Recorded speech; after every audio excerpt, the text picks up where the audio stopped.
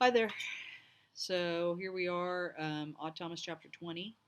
When we left Odd and Stormy, they had been having their dinner in the Tower of St. Bart's, and Bob Robertson, Fungus Man, had shown up, flipped him off, and basically come after him. And so now they're inside the church, um, kind of following their intuition about where he is and how best to escape. So we left them with Odd about ready to unlock and fling open the door for their escape.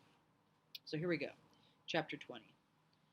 That moment in the sacristy distilled the essence of my entire existence. Always between two doors, between a life with the living and a life with the dead, between transcendence and terror. Across the room, Stormy nodded. On the prie-dieu, a small book of prayers waited for a kneeling priest. No doubt, bottles of a sacramental wine were stored in one of the cabinets. I could have used a little spiritual fortification. I leaned hard against the sanctuary door to brace it. When I disengaged the lock, the bolt made a thin sound reminiscent of a razor sharpening against a straw. Had Robertson been poised to burst in upon me, he ought to have reacted to the deadbolt retracting from the striker plate in the door frame. Of course, he might be less of a hothead and more cunning than he had appeared to be when he'd stood in the graveyard flipping us the finger. Perhaps he suspected that I was wedging the door shut with my body, and that I would snap the lock in place the instant that he tried to shove into the sacristy. Insane as he might be, he would nonetheless have some intuition of his own. The Bob Robertson who left his kitchen strewn with dirty dishes, banana peels, and crumbs was too sloppy to be a wise strategist. The Robertson who kept the neat study and maintained the meticulous files in those cabinets of dread was, however, a different man from the one whose living room had featured drifts of sleazy magazines and well-read paperback romances. I couldn't know which Bob Robertson might be at this moment beyond that door. When I glanced at Stormy, she made a gesture that meant either get on with it or up yours. Leaning against the door with an undiminished purpose, I turned the knob all the way to the left. It squeaked. I would have been amazed if it hadn't. I shifted my weight and let the door ease open half an inch, and all the way. If Robertson waited at either entrance to the sacristy, he was outside in the churchyard, standing in the ruddy reduction of the last red light. He must have looked like something that belonged under a granite headstone. Stormy stepped away from her station. Together we quickly returned to the sanctuary from which we had been so eager to flee only 2 minutes ago. The moth danced across the light, and again Christ seemed to twist upon the cross. The lingering incense smelled not sweet as before, but had a new astringency, and the votive flames throbbed with the urgency of arterial aneurysms about to burst. Down the ambulatory, past the choir enclosure, through the gate in the communion railing, I half expected Robertson to spring at us from unlikely cover. He had grown in such a menacing figure in my mind that I would not have been surprised if he had dropped upon us from the vaulted ceiling, suddenly having sprouted wings, a furious dark angel with death upon his breath. We were in the main aisle when a great crash and shattering of glass shook away the churchly silence behind us. We spun, we looked, but saw no wreckage. The sacristy had been windowless, and there had been no glass in the door to the churchyard.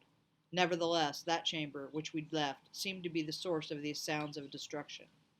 They rose again, louder than before. I heard what might have been the vesting bench slamming against the vestment closets, heard wine bottles smashing, heard the silver chalice and other sacred vessels ricocheting off walls and cabinets with a reverberant metallic clatter. In our haste to escape, we had left the light on in that room. Now, through the open door, second-hand movement was visible, a farrago of leaping shadows and flares of shimmery light. I didn't know what was happening, and I didn't intend to return to the sacristy for a look. Holding Stormy's hand again, I ran with her along the center aisle, the length of the nave, and through a door into the narthex. Out of the church, down the steps, we fled into a twilight that had nearly bled to death, had little red left to give, and had begun to pull purple shrouds over the streets of Picomundo. For a moment, I couldn't fit the trembling key in the Mustang's ignition. Stormy urged me to hurry, as if hurrying weren't already my intention, and finally the key made it as it should, and the engine roared to life. Leaving a significant offering of rubber in front of St. Bart's, we traveled a block and a half on smoking tires so fast that we almost seemed to have teleported. Before I had the breath to say, "Call the chief." She had a cell phone of her own, and she entered Wyatt Porter's home number as I gave it to her. She waited as it rang, said, "Chief, it's stormy," listened, and said, "Yeah, it does sound like a weather report, doesn't it? Odd needs to speak to you." I took the phone and blurted, "Sir, if you send a car to St. Bart's real quick, you might catch that Robertson guy trashing the sacristy. Maybe more than sacristy. Maybe the whole church." He put me on hold and made a call on another line. 3 blocks from St. Bartholomew's, I pulled the Mustang off the street into a Mexican fast food franchise. "Dinner?" I asked Stormy. "After all that in the church?" I shrugged. "The entire rest of our lives will be after all that in the church. Personally, I intend to eat again, and the sooner the better. It's not going to be equal of my tower feast. What could be? But I am starved." Holding the phone to my ear and driving with one hand as if that were still legal, I swung the Mustang into the line of vehicles, waiting to get to the drive-up service window. When Chief Porter came back, he said, "Why is he vandalizing St. Bart's?" "Don't have a clue, sir. He tried to trap me and Stormy in the church belfry." "What were you doing in the belfry?" "Having a picnic, sir." "I suppose that makes sense to you." "Yes, sir. It's nice. We have dinner up there a couple times a month." "Son, I don't ever want to catch you having dinner on the courthouse flagpole." "Maybe just hors d'oeuvres, sir, but never dinner." "If you want to come by here, we can still feed you two for the barbecue. Bring Elvis." "I left him at the Baptist church, sir. I'm with Stormy, in line to have some tacos, but thanks just the same." "Tell me about Robertson. I have a man watching his house in Camp's Inn, but he hasn't gone home yet." I said he was down in the graveyard, saw us up in the belfry. He gave us the rude number 1 with lots of emphasis and then came after us. "You think he knows you were in his house?" the chief asked. "If he hasn't been home since I was there, I don't see how he could know, but he must." "Excuse me a second, sir." We had reached the menu board.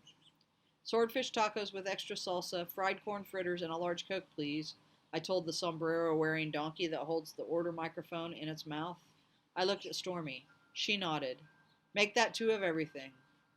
"Are you at Mexicali Rose?" the chief asked. "Yes, sir. They have fantastic churros. You should try some." I took his advice and placed a double order with the donkey, which, as before, thanked me in the voice of a teenage girl.